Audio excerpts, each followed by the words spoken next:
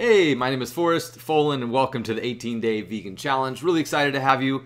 This challenge is all about getting on track with your best version of you, body, mind, and spirit, getting in your best health, getting more energy, losing weight, feeling great, and also staying aligned with your ideals, the beliefs that you already have, that you don't want to be cruel with animals. In fact, that you want to live in alignment with all sentient beings on the planet, and that you don't want to contribute to further harming the planet in any way. So that's what the Vegan Challenge is all about. It's for the animals and it's for you. It's for the planet. So we'll get right into this. First, here's the disclaimer. You may have no idea about what being a vegan really is, and that's totally okay. What we talk and learn about will stir up some emotions, and that's okay too. You may not agree with everything that you hear, and just know that that's okay. You may have no desire to become a vegan. That's totally fine. You might find that you already are a vegan at heart and you want to take this to the next level. You want to take the action to become a vegan, and that's great for you. It's also great for your health, the planet, the rainforest, for society, and most importantly, the animals. And before I get into the whole presentation here, I just want to stop briefly and just say the reason I became vegan is I started to connect the dots with a lot of different things in my life, and I started to realize that, like my black lab, my dog at home, has the same feelings as a pig and a cow, a chicken, or a fish, that they feel fear, they want to be with their families, they don't want to die, and all this, and I awakened. I watched some of the slaughterhouse footage, which is horrible. I started to also connect the dots in that any vision of like humane slaughter is kind of a fallacy, and I exposed myself to the pain and suffering of the different animals. So with that, I opened myself up to all the amazing vegan foods that are out there, and there are vegan replacement foods for anything and everything that you can possibly imagine, like pizza and hot dogs and hamburgers, and there's all kinds of great vegan foods. So best is a whole foods plant-based diet. It lowers your cholesterol levels. Heart disease is the #1 killer. We'll get into that in a second. And it's just going to make you healthier and happier in the long run, and you're going to feel in alignment as I have. So I watched a couple different documentaries, and it was a process. First I became pescatarian, then I moved into veganism. But hopefully with all this information, you can make a faster choice, because I've never felt so energized, so happy, and so in alignment with myself. And it's worked its way into every other area of my life. I just have more energy and passion in everything I do now, and I attribute that to going into the vegan lifestyle. So here we go. Have you been struggling with low energy, mental fog, digestion issues, anger, anxiety, depression, or have you been easily agitated? Any acne or skin issues going on? Have you been feeling not like yourself lately? You have any aches, pains, soreness? Has your joints been hurting? I know for me, my ankles, I was literally getting arthritis. I'm over 40 years old now, and I was feeling a stiffening in my ankles. Since I've gone to the vegan lifestyle, that's gone away, so that's really cool. Overweight, bloated, feeling fat, not fitting into your clothes. We're going to address all these issues and more. So what effect does meat have on our health? That's the real question. Did you know that processed meats have been given the classification rather of a group 1 carcinogen? And what that means is it's right up there with cigarettes now. It's known to cause cancer. It's proven to cause heart disease, which is the #1 killer in the world. So this includes salami and bacon and sausage and hot dogs. Keep in mind there's vegan versions of these that have no cholesterol that you can eat to your heart's content and not have to worry about cholesterol. But the kind from animals that are from animal products are very, very bad for your health. Red meats have been given a group 2 classification. This means that they probably cause cancer. So things like pork and beef and lamb, okay? That doesn't include chicken or fish, but in terms of your health, that's something to look out for right there. Dangers of processed meat, here's something to look at. Higher stroke risk. 2012 American Heart Association study links stroke risk to processed meat consumption, with risk increasing by 13% for every daily serving. So that's a major risk of stroke for people that are eating processed meats. And I have a couple of friends that are just barely, one that hasn't, mid 30s had a stroke. Another of my friend, she's just barely 40 years old, had a stroke. So it's a very real risk. Increased risk of death. In 2013, the American Journal of Epidemiology, did I say that right? Reported that processed meat products are linked to increased risk of death, double the risk of lung disease, double the risk of heart disease, cancer, diabetes, increased risk of colorectal cancer and early death, increased risk of bladder cancer, increased risk of prostate cancer. So those are all things that you can look into, but those are all backed by studies. How does the meat industry affect our planet? So I really recommend the movie Cowspiracy. They talk about this. These are all factual statistics. So 91% of the Amazon destruction is directly related to the animal agriculture industry and factory farming. Global greenhouse gas emissions, 51% are due to livestock and their byproducts. This is more than transportation like cars, trucks, planes, trains, automobiles, boats. All those things don't even add up to what the livestock is creating in our greenhouse gas emissions. 1 to 2 acres of rainforest are cleared every single minute, both for the cattle grazing and for the soy that we feed to the cattle. And then we have water use. 1 hamburger statistically is equal to 660 gallons of water. That's the equivalent for showering for 2 months straight. So if you want to save water, don't worry about the trickling that's going on in your front yard. Stop eating hamburgers and you really save water. How can we contribute to this any longer? I mean, when I started to open myself up to the slaughterhouse images, there's a Leo Tolstoy. He's an author and influential guy. He has a great quote. It goes something like this. It's not verbatim, but it says, when we see a creature suffering, our instinct is to look away. Okay, we want to look away from the suffering. But instead, he says to go toward the suffering, to actually override that initial instinct and move toward the suffering and look and see if you can help. Okay, and that goes for all human beings and all animal beings as well. So this is a picture of a horrible scene, but it's not a staged scene. This is really what's going on. This is a free-range, humane slaughterhouse where the animals get to walk around, and then they're killed right in front of each other. The animals can smell blood, fear, and death, and they certainly don't want to die. The lambs and pigs and cows that we send to the slaughterhouse, it's 56 to 60 billion land animals per year, which is an unfathomable amount of suffering that goes on. And so, this person, the quote here, it says, "It's important to treat these animals with compassion." I don't look at this as compassion. Sorry. Humane and slaughter, those two words just don't go together. Even if an animal lives free range on this vision of a happy cow, and I'm sure that does happen in certain places. One, it's not sustainable for the planet. You cannot continue to feed 7.5 billion people on free range. It just won't work. It'll actually destroy our planet if we all go toward free range. It just won't. It's non-sustainable. It's not sustainable at all. The other thing is, how do you kill somebody someone compassionately that doesn't want to die? How do you kill someone humanely that doesn't want to die?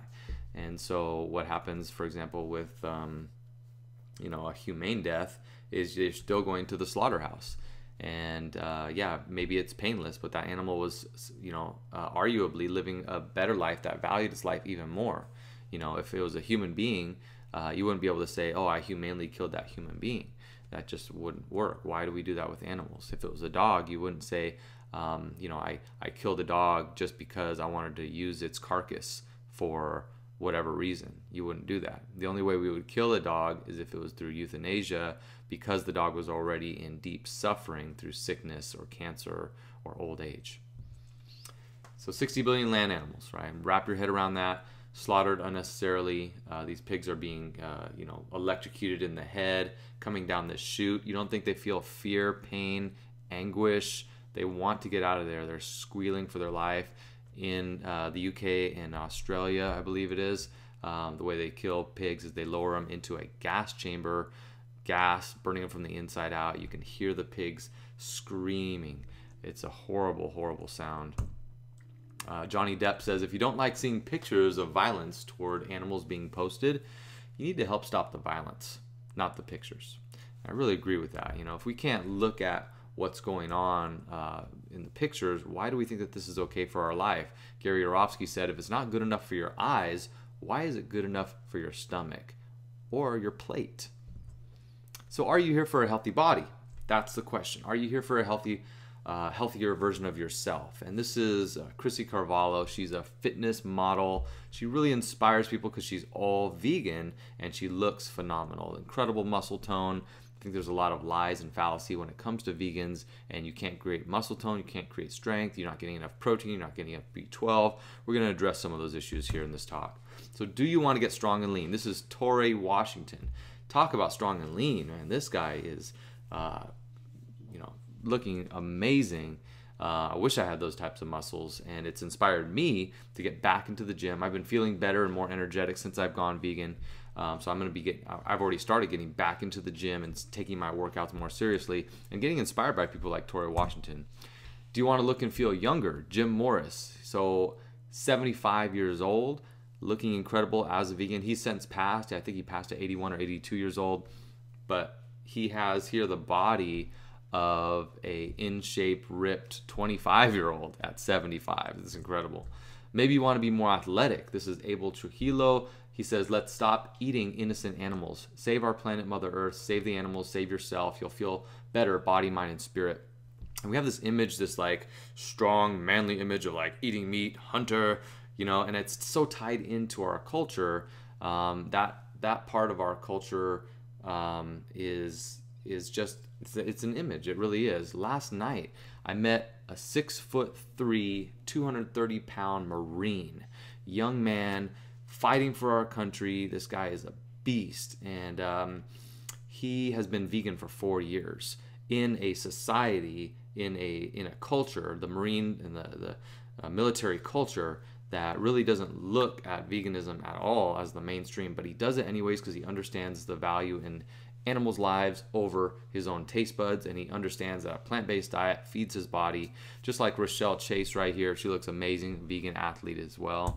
Maybe you're looking for increased health. This is the mother, Angie Sadehi. She's also a doctor. She's a leading gastroenterologist in Newport Beach, California, treating patients for digestive issues and illnesses related to stomach, liver, esophagus, and colon. She's also a weight loss specialist and mother who cured her chronic health issues after switching to a plant-based diet. So she says, within 9 months, my body transformed. Before, she was eating all those things that we all eat, like milk, dairy, eggs, and such. And once she stopped eating those things, she really trimmed up. All her digestive issues cleared up, and that's why she's so passionate. So influence, perception, belief system, expectation. This is a lot in our mindset training that we do here at Way of Life Bootcamp. This is the understanding of where our behavior comes from. So and how our life kind of builds on itself. So influence. So our life, we're conditioned in our life to, related back to veganism, is to eat meat, and it's a normal thing.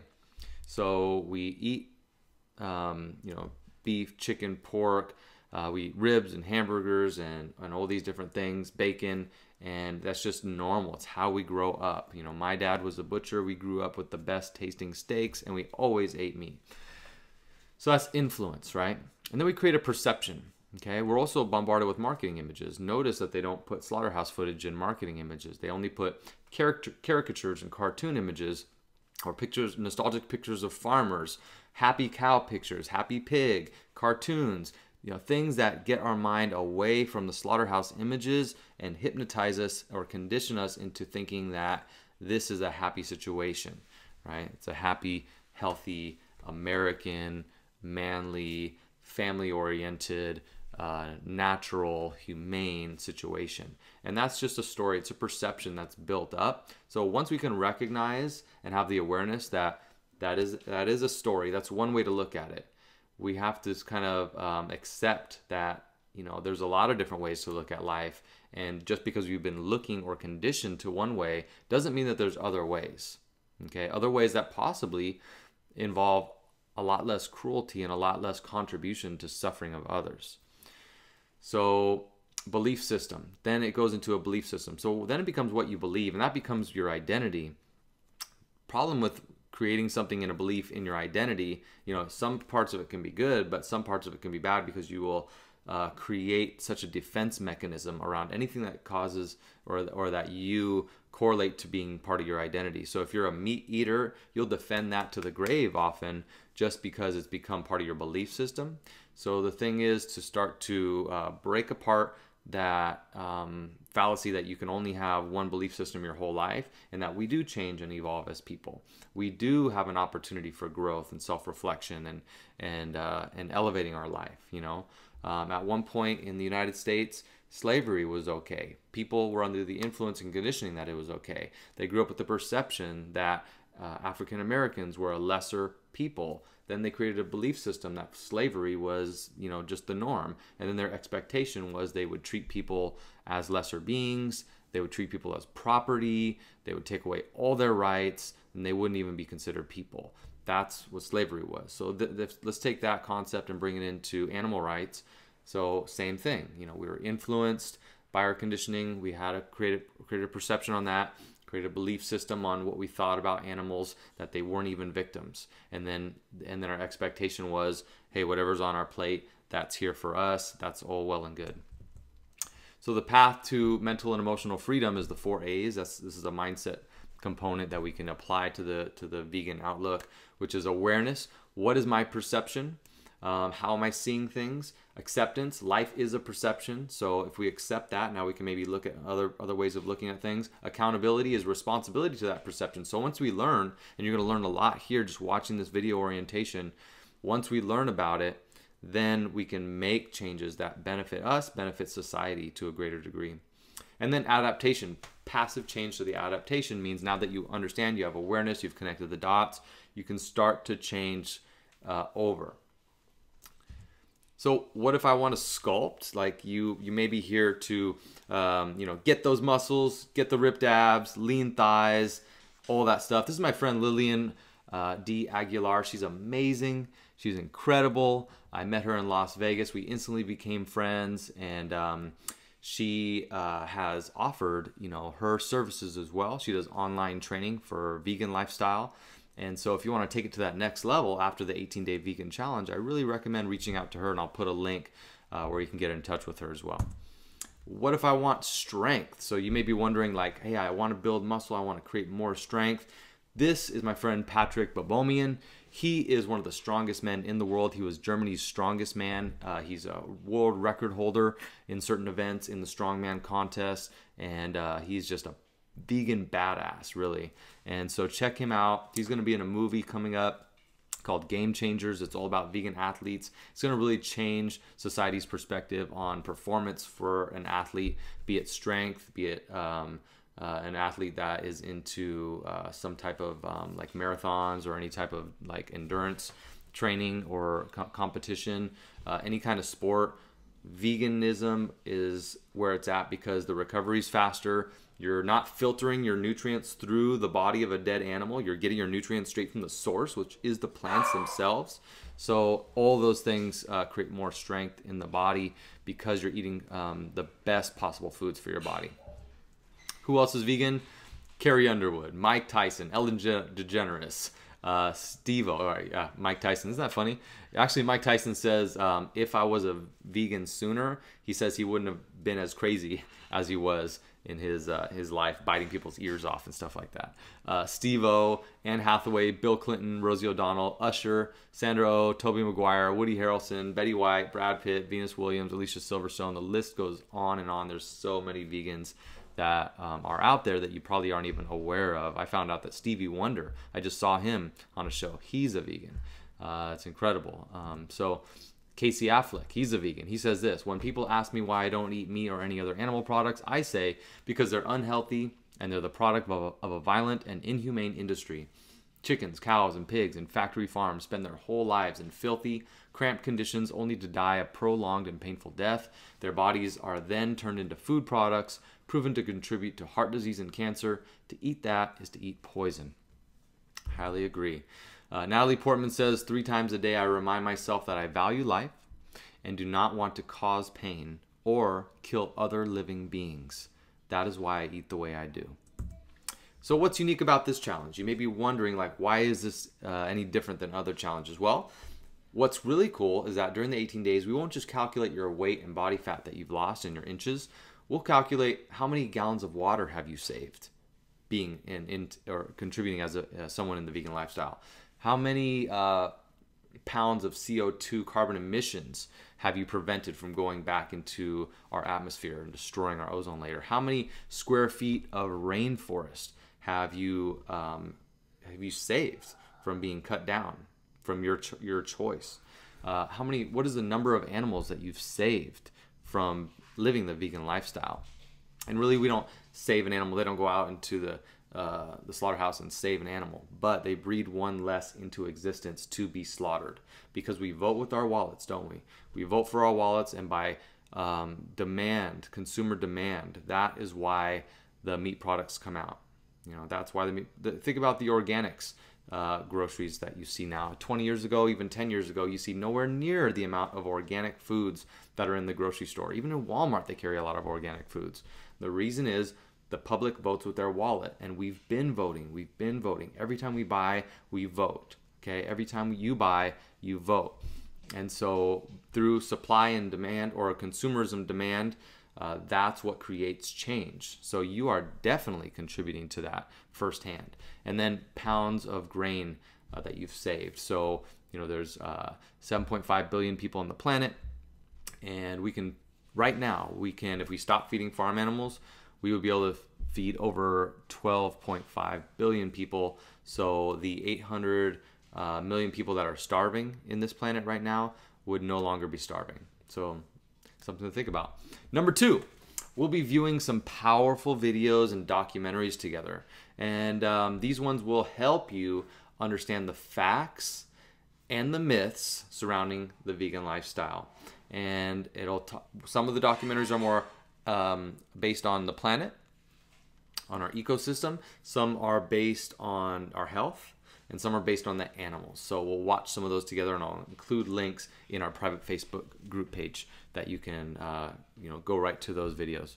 And then one of the videos I would like to watch together, so those people that are local, we'll create a viewing night. We'll do a film night where we all come together at the Way of Life Bootcamp training facility, and we'll watch a video together about animal rights. So that's really, really cool. Number 3 is we're going to do a field trip. Yay! We're going to do a field trip to an animal farm. I have a friend that has a couple animal farms that she recommended. These are rescue farms. These are vegan farmers. These animals never get slaughtered for food or exploitation or abuse or animal products. So we're going to take you guys to these animal farms. You're going to see and be able to hang out and hug the sheep and the cows and the pigs and pet them and be with them and take pictures with them, and just really understand that these are animals that are just like your dog. They feel, they're beautiful, and they're living creatures of value, right? And so animals, we are moral agents as human beings. We have the ability to decide. So we can decide and understand that animals do have moral value. Or not killing animals has moral value. An option to participate in animal rights and vegan activism. That's number 4. So if you want to get involved in any animal rights activism, so we'll share some resources that you can do that. Last night, for example, I was just in Encinitas, California, doing some street activism with a group called Anonymous for the Voiceless. And what they do is they show the community what's going on behind closed doors in the slaughterhouse, and then they educate the community and give information so that the person that they give the information to can then further study up on it and make any changes that they feel necessary in their own life. So it's pretty cool. There's other types of activism that I'll go over as well. So what are the obstacles?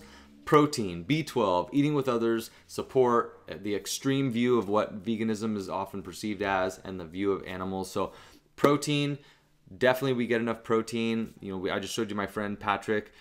He's one of the strongest men in the world. I showed you my friend Lillian. She's getting enough protein for sure. Protein's not an issue. You get plenty of protein from nuts, seeds, lentils, beans, even fruit. You know, a lot of fruit is about 5% protein. Quinoa. You really, if you eat a balanced diet, you can't not get enough protein. And if you do need more protein, there's always the veggie protein shakes that you can drink. So there's no real excuse about protein. Animals get their protein from the earth, what grows out of the earth, and what is given down out of the trees. So if animals can do it, why can't we? We're part of the animal kingdom. So instead of filtering our nutrients of protein through the flesh of another living creature, let's just go straight to the source. That's where all the protein originally lives. Same thing goes with calcium and iron, and the next topic, which is B12. B12 is a vitamin. It does a lot of different things for your body, like helps create energy and so forth. You can be deficient in B12 if you don't have enough of it. So your body makes some of it. It lives in your gut, lives in your mouth. It lives in the gut and mouths of all animals, and animals that eat from the dirt. So that's why the cows have more of it, because we as humans don't eat from the dirt as much anymore. By that I mean like taking a carrot straight out of the earth, dusting it off, and just eating it. So it has the bacteria that is where B12 comes from. So vitamin B12 is easy to get. One way you can do it is you can, like I said, take out of your organic garden that carrot and dust it off and eat it, and that's plenty of B12. It'll last you. It's not something that you need to have every single day. It'll last you a long time. And then there's B12 supplements that you can take, but you don't even need to have a pill. You can simply, you know, get it from the natural sources. So it's up to you if you want to get a B12 vitamin, but don't let that stop you, because it's actually a 1 in 1 million chance of having a B12 vitamin deficiency. That's how rare it is. And Gary Yourofsky, he posts his B12 on his website, adapt.org, adapt with 2 T's. And I think you have to come somewhere between 250 and 750 for your B12 levels. And Gary Yourofsky has been vegan for 17 years, and he came in at about 450 or 550. So check his blood levels, and that's the proof right there. So eating with others and support. So this could be a big one. This is a big topic. Eating with others. Do you have enough support? Do you feel like when you go out with your family that you're going to be criticized and cast out? You know, that's a real concern, because people feel that, okay, because I'm Mexican, because I'm Italian, because I'm African American, because I'm, whatever culture or whatever background, Asian, Chinese, Filipino, whatever culture or background, you have to continue eating certain foods of that culture. Well, it's good. The good news is that there are vegans in every single culture, including all those ones I just mentioned, and they're doing absolutely fine. How are they doing fine? Because they just make a decision and people respect that decision.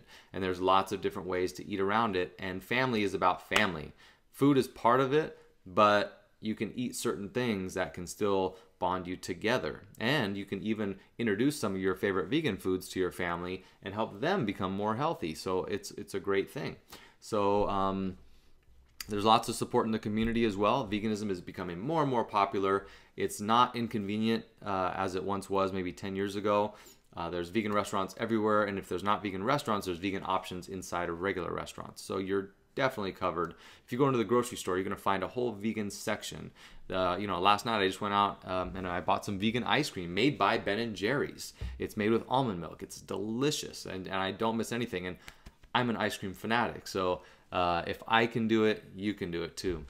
So eating with others, having the support. If you're going to eat Mexican food, just avoid the meat. You can go and have rice and beans and salsa and guacamole. You just avoid the meat and cheese, right? The other thing is, I will say this about cheese. One of the biggest reasons people never go from vegetarian to full vegan, and the difference between them is a lot, because vegetarians and vegans, right? Vegetarians don't eat the animal products, but they still eat dairy, eggs, milk, cheese. Those products consume or create even more or contribute even more cruelty and suffering than just the meat industry alone. And there's lots of reasons why. We'll get into some of that later. but I can briefly say that the cows are forcibly impregnated over and over and over, because you can't give milk without giving birth. That's what stimulates the secretions of the milk.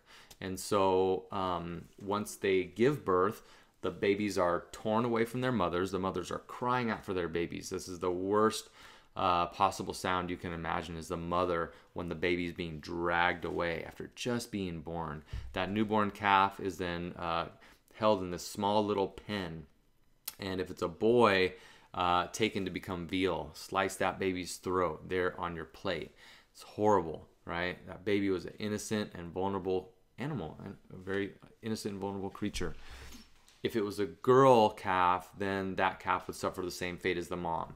So the mother calf can live 18 to 25 years, but in this case, 4 to 7 years, because they're going to beat that body down for the milk again and again, milking that mother just incessantly, creating a lot of pain, a lot of suffering. It's not a happy cow lifestyle, believe me. And then as soon as they're not producing milk in the at the speed that they need it, they're going to take that cow, and that cow is going to go to the slaughterhouse again, slit throat, bleeding out. It's going to become hamburgers and steak and be on the plate of people.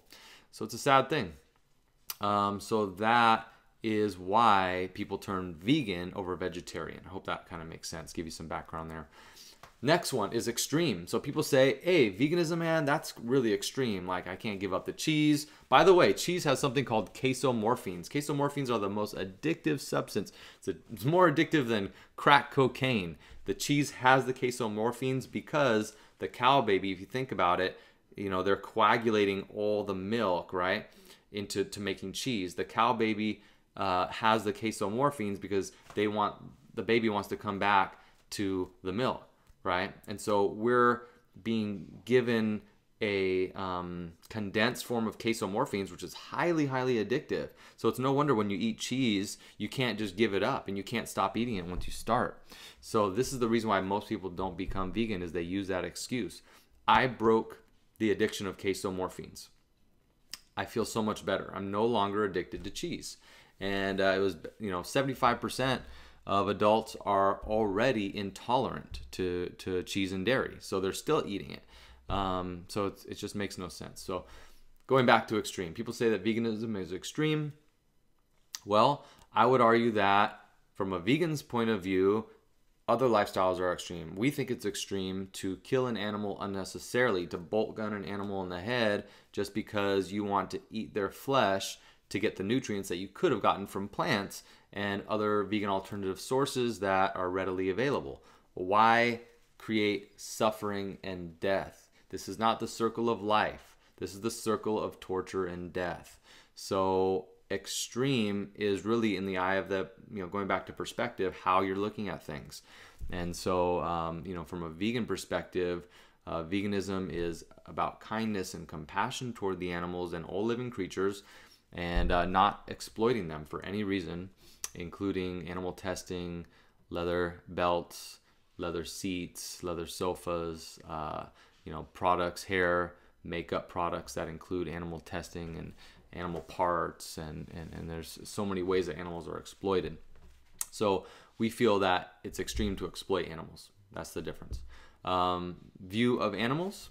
So some people feel like a couple of things is if they're from a Christian background.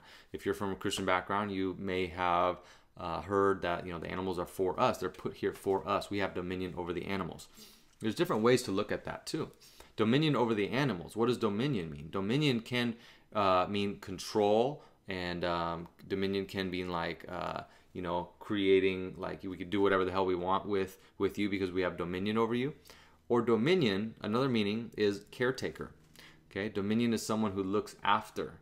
Okay, and these are God's creatures. God created these creatures with a central nervous system and the ability to feel pain and fear and suffering. Why would he do that and then have us do the kind of dominion that would control and hurt them? Wouldn't he put them on this planet so we can take care of his babies. Those are God's babies. And we are putting them through torture and suffering and killing them on a mass scale. Wouldn't it make more sense to think of dominion as the other way of what the word actually means, which is dominion over the animals means taking care of the animals, taking care of God's creatures, and bringing it back to the point where in Adam and Eve in the original garden before the sin, there was a living amongst the animals. We were not eating the animals in that time. It wasn't until after the sin. So why do we want to continue to be sinners? The word sin means to miss the mark. We're missing the mark here. We really are.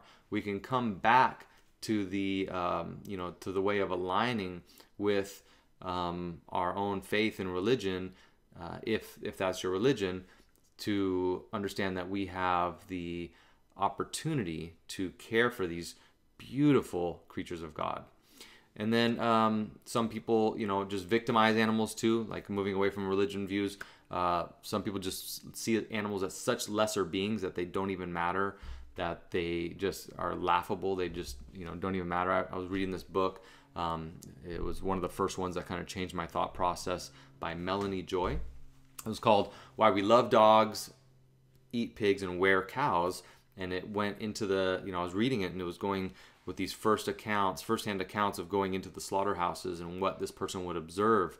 And he saw this one slaughterhouse worker that would, torture animals just for the fun, because his view of animals was that they were nothing. They didn't matter. They were just commodities like TV sets and cell phones. They had no feelings, and a lot of people that are slaughterhouse workers end up with PTSD and high degree of suicides, and are drinkers and are domestic violence abusers, and it's just horrible. It's so horrible. And this guy was taking a fork and jabbing it into the eyes of a pig and pulling out the eyeball, the pig squealing and writhing in pain as he's laughing with the eyeball and the fork. I mean, these are the kind of things that are going on behind closed doors inside of slaughterhouses. Do you want to be a part of that any longer? I don't. And so that's the view of animals. I think of animals as the same as my dog, the same. You don't have to even think of them as the same level of a human being. You just have to realize that they suffer, and you don't want to contribute to that. So I'm in. Now what? So join with the link. It's $18 for 18 days. You can join from anywhere in the world. You can do this online. What do you do for exercise? That's going to be up to you. I can have some recommendations. I'll put them in the private Facebook group post. You can go to the gym. You can take walks. You can take jogs. You can go do something active and fun, like going dancing. You can lift weights, whatever it is, swimming. Just stay active. And if you're around us, here in by our facility, then you can join in for 18 days of training with us. So unlimited training. So we'll give you more details on that. So really great deal. Awesome. And then you get the manual, the grocery list, the recipes, and the email. Keep in mind, we're creating this program. The first version is a beta version. It's going to get better and better as we go. And you're helping us create this program for others, that they can be shown this program and they can get some of the great results that you're going to get. So thank you for that. Look for our Facebook private group link in an email. We are going to have an online questionnaire in the email. Maybe not for the beta group, but we're developing an online questionnaire now. So we'll see that. We'll have that soon. That'll kind of help us determine like where you are and where you want to go. And then we'll do our weigh-ins when you start on Monday, and then we'll do your weigh-ins at the end.